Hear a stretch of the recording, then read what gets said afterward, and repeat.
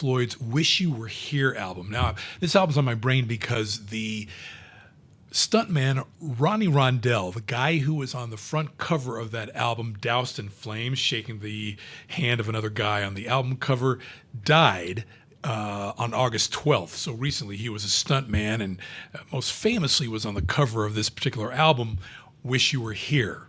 And this is an album that didn't sell as well as Dark Side of the Moon, and it didn't even receive the hype of The Wall, but one can make a legitimate statement that Wish You Were Here, released in 1975, 50 years ago, represents Pink Floyd, I think, at their purest, which to some people would mean their very best. And, you know, the songs in this album really do stand out as really good compositions. Some people would call them brilliant. And the stories behind them are pretty cool. And here are some of the more fascinating tidbits surrounding the making of this album, Wish You Were Here. You know, it's well documented that Syd Barrett, the former lead singer of Pink Floyd, whose sad story inspired so much of Wish You Were Here, showed up during the making of Shine On You Crazy Diamond. What sometimes gets forgotten, however, is that the band members actually took a while to even recognize that it was their former bandmate when he appeared in the studio. And he had once gained a lot of weight and lost so much of his hair since any of them had seen him. And once he realized that Roger Waters, who wrote the song, basically slumped over in tears. Welcome to the Machine tells the story of a young musician who is basically starstruck. He sadly realizes as much of his individuality and otherness will be drained from him by the industry. Welcome to the Machine. And at the end of the song, you can hear actually a brief snippet of people laughing and partying. And Roger Waters intentionally inserted it because it represented the kind of soulless experience that this poor guy would have to endure from that point going forward. Notice also the sound of the closing door at the end of the song. It implies that there's no way out for him. The track Have a Cigar stands out as the kind of rare classic song sung by a non-member of the band that recorded it. Roger Waters' voice was heard from singing other songs on the album, and that is well known about this album.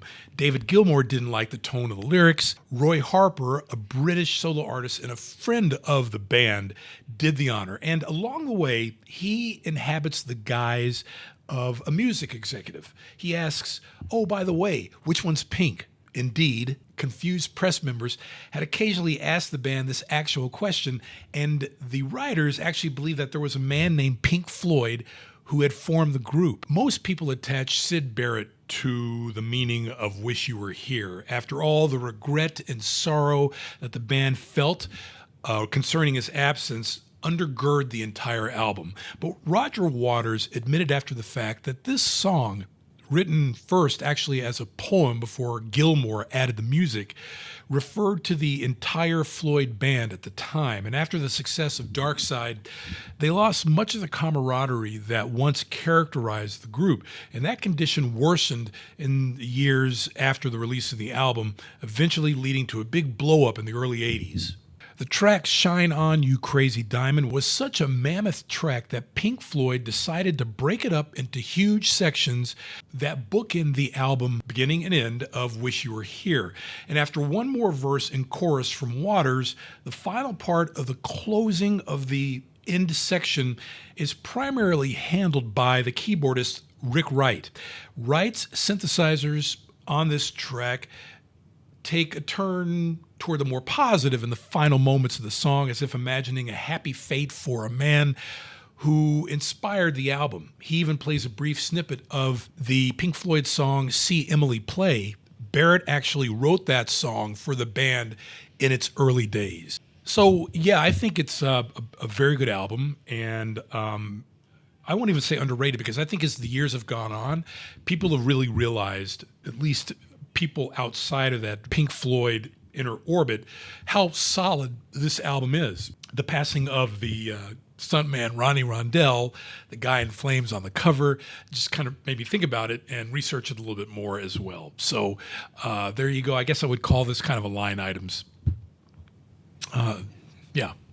Line items. like I did at the beginning. I'm Michael Douglas. If you like what you see here on the channel, please don't hesitate to like and subscribe. And as the late, great Barry White always used to say, let the music play, and I'll see you on the next episode.